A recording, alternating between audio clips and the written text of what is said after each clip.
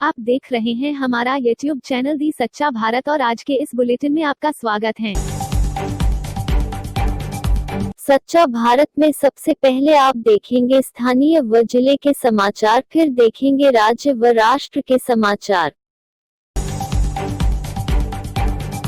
पाली मुख्यालय पर ईद मिलादुन्नबी पर्व जुलूस को कमेटी ने किया स्थगित। घरों में मस्जिदों में नमाज अदा करने का जिलेवासियों से किया आह्वान। पाली जिले में आगामी 30 अक्टूबर को मुस्लिम संप्रदाय का पवित्र ईद मिलादुन्नबी पर्व को लेकर जिला मुख्यालय पर समस्त कमेटी के मेंबरों द्वारा एक प्रेस वार्ता की गई। सभी कमेटी के मेंबरों एवं सदर द्वारा ईद मिलादुन्नबी पर्व पर जुलूस नहीं निकालने, घरों में और मस्जिदों में रहकर नमाज अदा करने का आह्वान जिले वासियों के मुस्लिम समाज बंधुओं से किया। गौरतलब रहे कि इस बार कोविड-19 के चलते राज्य सरकार द्वारा धार्मिक जुलूस पर पाबंदी के चलते यह निर्णय लिया गया। कमेटी के सदस्यों ने अपने घरों एवं मस्जिदों को सजाने के साथ सोशल डिस्टेंस में रहकर इस पर्व को मनाने का आह्वान किया। कार की टक्कर से ट्रैक्टर चालक की नीचे गिरने से हुई मौत, दूसरा हुआ घायल। शव को पाली के बानगढ़ अस्पताल मोर्चरी में रखवाया, वहीं घायल का इलाज जारी। दोनों वाहन हुए क्षतिग्रस्त। पाली के पनिहारी तिहार के समीप जोधपुर मार्ग पर हुआ हादसा।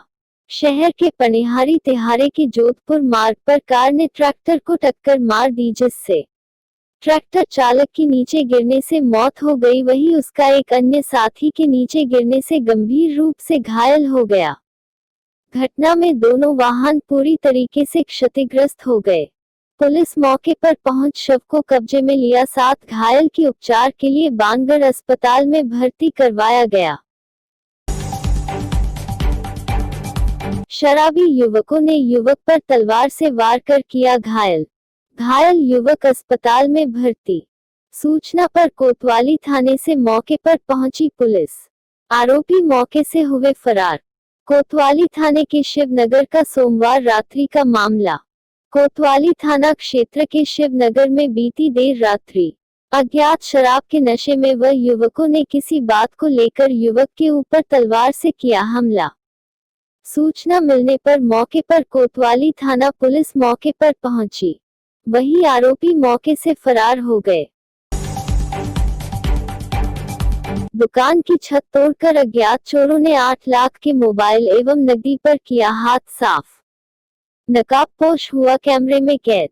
सूचना पर पहुंची पुलिस ने मौका मुआयना कर किया मामला दर्ज। सिंधरी कस्बे में चोरियों की वारदात का सिलसिला है कि थमने का नाम नहीं ले रहा और इससे पुलिस की रात्रि गश्त पर भी सवालिया निशान खड़े हो रहे हैं।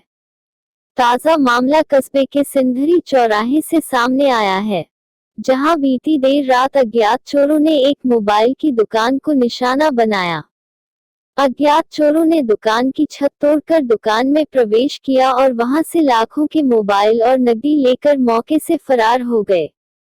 हालांकि दुकान के सीसीटीवी कैमरे में चोरों की यह करतूत कैद हो गई। जब दुकानदार सुबह अपनी दुकान पहुंचा तो पूरा घटनाक्रम सामने आया।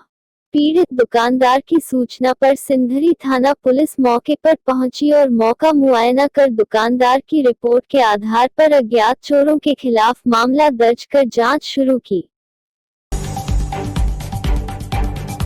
भारत में कोरोना के मामले 79,09,959। भारत में कोरोना के एक्टिव केस 6,53,717। भारत में कोरोना से ठीक हुए 71,37,228। भारत में कोरोना से मौतें 1,19,014। जयपुर प्रदेश में सोमवार को कोरोना संक्रमण के 1805 नए मामले सामने आए हैं, जिसके बाद कुल संक्रमित मरीजों की संख्या बढ़कर 1,88,048 पहुंच गई है। वहीं बीते 24 घंटों में 14 मरीजों की मौत भी दर्ज की गई है और अब तक प्रदेश में 1853 मरीज इस बीमारी से दम तोड़ चुके हैं। सोमवार को 2,226 मरीज रिकवर भी हुए हैं। जिन्हें अस्पताल से डिस्चार्ज कर दिया गया है। इसके अलावा सोमवार को सबसे अधिक मामले जयपुर, जोधपुर, बीकानेर और अलवर जिले से सामने आए। मारवाड़, मेवाड़, अंचल के जिलों की कोरोना रिपोर्ट। अजमेर से 73, बाड़मेर से 21, भीलवाड़ा से 8, बीकानेर से 257, चित्तौड़गढ़ से 20, डूंगरपुर से 4, जैसलमेर से 16, जालोर से 80, जोधपुर से 332, नागौर से 97, पाली से 23, राजसमंद से 8, सिरोही से 3 और उदयपुर से 29 संक्रमित मामले देखने को मिले हैं। पंजाब ने कोलकाता को 8 विकेट से हराया। लगातार 5 मैच जीतकर किंग्स 11 टॉप 4 में। प्ले ऑफ का दावा बरकरार। आईपीएल के 13वें सीजन के 46वें मैच में किंग्स 11 पंजाब ने कोलकाता नाइट राइडर्स को 8 विकेट से हरा दिया। सीजन में पंजाब की यह लगातार 5वीं जीत है।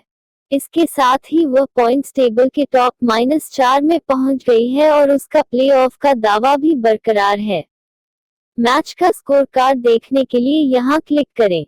शारजाह में खेले गए मुकाबले में टॉस हारकर बल्लेबाजी करते हुए कोलकाता ने पंजाब को 150 रन का टारगेट दिया था। जवाब में पंजाब ने 18.5 ओवर में 2 विकेट के नुकसान पर 150 रन बनाकर मैच जीत लिया। क्रिस गेल ने आईपीएल में 30वीं और मनदीप सिंह ने 6वीं 50 लगाई। सच्चा भारत में नियमित देखिए मध्याह्न में लंच ब्रेक न्यूज एवं रात्रि में डिनर ब्रेक न्यूज। नगर निगम चुनाव 2020, पुलिस कमिश्नर ने किया संवेदनशील बूथों का दौरा, बाकी अधिकारी रूट मार्च में जुटे। जोधपुर शहर में 29 अक्टूबर और 1 नवंबर को नगर निगम चुनाव होने हैं, जिसको लेकर जिला प्रशासन ने तैयारियां शुरू कर दी हैं। वहीं नगर निगम उत्तर और नगर निगम दक्षिण में आगामी चुनाव को देखते हुए पुलिस ने भी अपनी कमर कस ली है। जोधपुर पुलिस कमिश्नर जोश मोहन के निर्देशानुसार शांतिपूर्ण तरीके से मतदान कराने के लिए सोमवार से पुलिस ने शहर में रूट मार्च शुरू कर दिया है। शहर के अलग अलग थाना क्षेत्रों में एसीपी स्तर के अधिकारी रूट मार्च कर रहे हैं। साथ ही पुलिस के अधिकारी लोगों से शांतिपूर्ण तरीके से नगर निगम चुनाव में मतदान करने की अपील कर रहे हैं। सत्य और असत्य, विकास और विनाश, राष्ट्रवाद और अराष्ट्रवाद के बीच होगा पंचायत चुनाव, कैलाश चौधरी। जैसलमेर हाल ही में प्रदेश के 21 जिलों में जिला परिषद एवं पंचायत समिति सदस्यों के चुनावों की घोषणा हुई है, जिसके तहत आगामी 23 नवंबर से 5 दिसंबर तक 4 चरणों में चुनाव आयोजित होंगे और जिलों में जिला प्रमुख और पंचायत समितियों में प्रधान चुने जाएंगे। जैसलमेर बाड़मेर सांसद और केंद्रीय कृषि राज्य मंत्री कैलाश चौधरी ने आगामी चुनावों में भाजपा की जीत को लेकर आश्वस्त दिखे। मंत्री शांति धारीवाल के रोड शो पर बीजेपी ने जताई आपत्ति। कोरोना गाइडलाइन की अवहेलना पर मुकदमा दर्ज करने की मांग। कोटा भारतीय जनता पार्टी ने यूडीएच मंत्री शांति धारीवाल के रोड शो पर आपत्ति जता दी है। साथ ही उनके खिलाफ एफआईआर दर्ज करने और उन्हें जेल में भेजने तक की बात कह डाली है। राजस्थान विधानसभा में उपनेता प्रतिपक्ष राजेंद्र राठौड़ ने उन पर निशाना साधा है। राजेंद्र राठौड़ ने कहा कि नगर निगम के चुनाव में सरकारी मशीनरी का दुरुपयोग सरकार करवा रही है। यूडीएच मंत्री ने 30 वाहनों के साथ रोड शो निकाला है, जिसकी अनुमति भी निर्वाचन आयोग से नहीं ली गई है। साथ ही कोविड-19 की गाइडलाइन को देखते हुए सब कुछ बैन किया हुआ है। इसके बावजूद भी इस तरह का कृत्य प्रदेश के यूडीएच मंत्री ने किया है। यूडीएच मंत्री जी ने स्वयं आपात प्रबंधन अधिनियम 2020 की अवहेलना की है। उनके खिलाफ निर्वाचन आयोग में वे शिकायत करेंगे। पूर्वी राजस्थान नहर परियोजना को राष्ट्रीय परियोजना का दर्जा देने के लिए सीएम गहलोत ने पीएम मोदी को लिखा पत्र।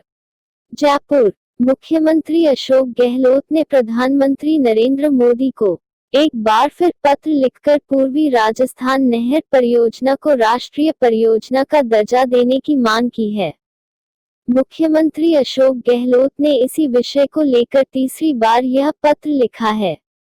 मुख्यमंत्री अशोक गहलोत ने राज्य के पूर्वी हिस्से के 13 जिलों में पेयजल की उपलब्धता में कमी की ओर प्रधानमंत्री का ध्यान आकर्षित करते हुए पत्र में लिखा है कि इस परियोजना से इन जिलों में रहने वाली बड़ी जनसंख्या को पीने के लिए स्वच्छ पानी के गंभीर संकट से राहत मिल सकेगी।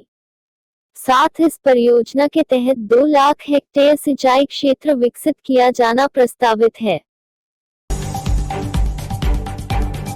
एक दूजे के होने के बाद प्रेमी युगल को जान का खतरा, एसपी से लगाई सुरक्षा की गुहार। चूरू प्रेमी युगल ने एसपी कार्यालय पहुंचकर सोमवार को एसपी परेश देशमुख से अपनी सुरक्षा की गुहार लगाई है। वहीं एसपी ने भी मामले की गंभीरता को देखते हुए सरदारशहर थाना पुलिस से फोन पर बात कर परिजनों को पाबंद करने के निर्देश दिए हैं। बता दें कि मामला सरदारशहर तहसील का है। प्रेमी युगल ने बताया कि उसका युवती से पिछले 1 साल से प्रेम प्रसंग चल रहा था। दोनों की जान पहचान कब प्यार में तब्दील हो गई पता ही नहीं चला। उसके बाद दोनों ने एक दूसरे की पसंद परिजनों को बताई, लेकिन परिजनों ने इस रिश्ते से इनकार कर दिया। झुंझुनू किसानों के साथ करोड़ों की ठगी कर व्यापारिक फर्म फरार, मामला दर्ज। सूरजगढ़ झुंझुनू जिले के सूरजगढ़ थाना इलाके क्षेत्र में किसानों के साथ करोड़ों की ठगी का मामला सामने आया है, जहां एक उद्योग के व्यापारियों ने किसानों की फसलों का बकाया भुगतान नहीं किया। इन व्यापारियों ने इलाके के लगभग 500 किसानों के साथ ठगी की है, जिसकी जानकारी पर किसानों ने सूरजगढ़ थाने में व्यापारियों के खिलाफ नामजद मुकदमा दर्ज करवाया है। पीडीपी में फूट, 3 नेताओं का इस्तीफा, बोले देशभक्ति को चोट पहुंचाने वाले महबूबा के बयान से भावनाएं आहत। पीपुल्स डेमोक्रेटिक पार्टी प्रमुख और जम्मू कश्मीर की पूर्व मुख्यमंत्री महबूबा मुफ्ती को बड़ा झटका लगा है। पार्टी नेता टीएस बाजवा, हुसैन वफा और वेद महाजन ने इस्तीफा दे दिया है। तीनों का कहना है कि पार्टी प्रमुख के बयान और उनके कुछ फैसलों से उनकी भावनाएं आहत हुई हैं। खासकर आर्टिकल 370 की वापसी तक तिरंगे को न उठाने वाले बयान से। ये देशभक्ति को चोट पहुंचाने वाला बयान था। चित्तौड़गढ़ सांसद सीपी जोशी ने की जन सुनवाई। चित्तौड़गढ़ सांसद सीपी जोशी ने सोमवार दोपहर सांसद जनसुनवाई केंद्र में संसदीय क्षेत्र के लोगों की जनसुनवाई की। इस दौरान समस्याएं सुनकर संबंधित विभाग के अधिकारियों से बात कर समस्या का समाधान करवाया। इस दौरान सांसद सीपी जोशी ने कहा कि विद्युत निगम की ओर से ग्रामीण क्षेत्रों में घर एवं खेत के बिजली कनेक्शन पर वीसीआर बहुत ज्यादा भर दी गई है। इससे ग्रामीण एवं किसान बहुत परेशान हैं। नगर निगम चुनाव, बीजेपी के संकल्प पत्र से वसुंधरा गायब, सवाल पूछने पर मेघवाल ने कहा धन्यवाद।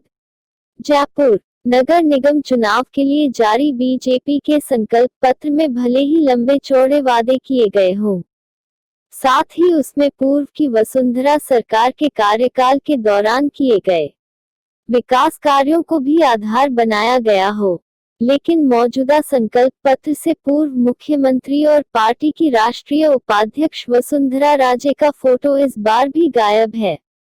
जब यही सवाल केंद्रीय मंत्री और निगम चुनाव के समन्वयक अर्जुन राम मेघवाल से पूछा गया तो वे धन्यवाद कहते हुए अपनी कुर्सी से उठ गए। और ऐसे ही नए अपडेट पाने के लिए द सच्चा भारत चैनल को सब्सक्राइब कीजिए। धन्यवाद।